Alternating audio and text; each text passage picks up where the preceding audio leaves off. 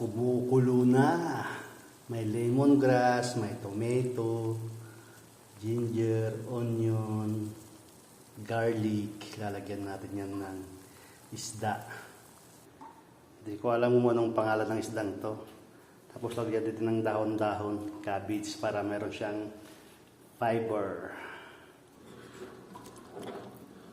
Lagyan na natin itong isda. Yan. Sarap siguro ng isda na to. Oh. Mataba. Maganda sa katawan yan. Fish oil.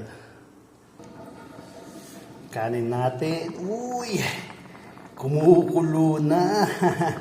Malapit ang magkatotoo ang hula. Lagyan na natin itong mga ano niya. Fiber. Oh, yun. Kulong-kulo na. Yan o. Oy. Solved na naman ang Saudi boy. May sabaw-sabaw na isda. Tapos may fiber. Pwede na. O, di ba?